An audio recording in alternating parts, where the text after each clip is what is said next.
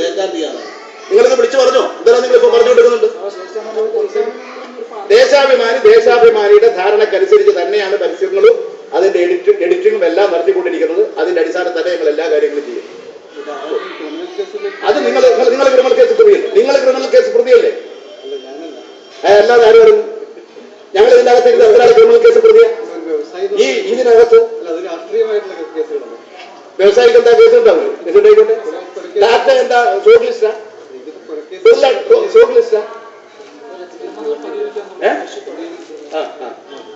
ജനങ്ങളോടുള്ള പെരുമാറ്റം വിനയാനിതമായിരിക്കണം.